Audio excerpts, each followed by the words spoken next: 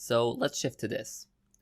So recently, the NFL Top 100 Players list concluded pretty controversially by having Lamar Jackson, the reigning MVP, as the best player in the league, the number one overall player, in front of the Super Bowl MVP and last year's MVP, Patrick Mahomes.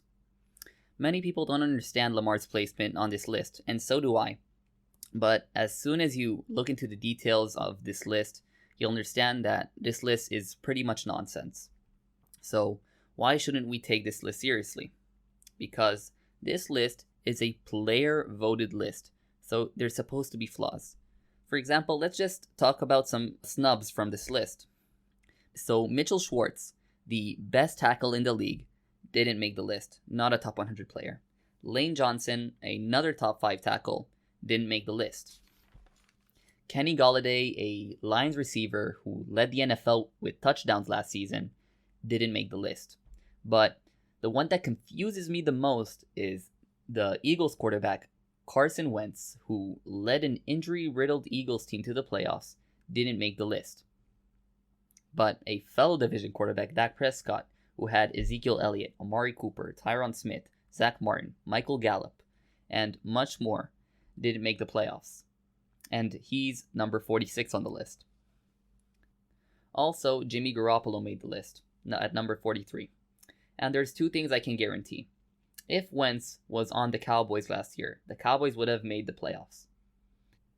And if Wentz was on the 49ers in the fourth quarter, leading 20-10 on the Chiefs, he would have won the Super Bowl.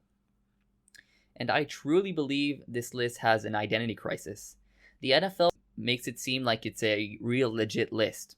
But if only players vote, it's just a popularity test.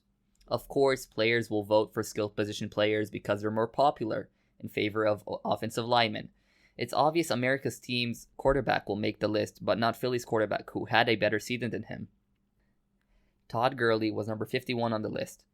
Todd Gurley didn't have a 100-yard game last season.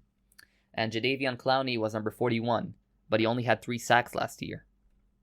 The MVP, All-Pro honors, Pro Bowl votes are voted by media analysts who know the game like it's the back of their hand.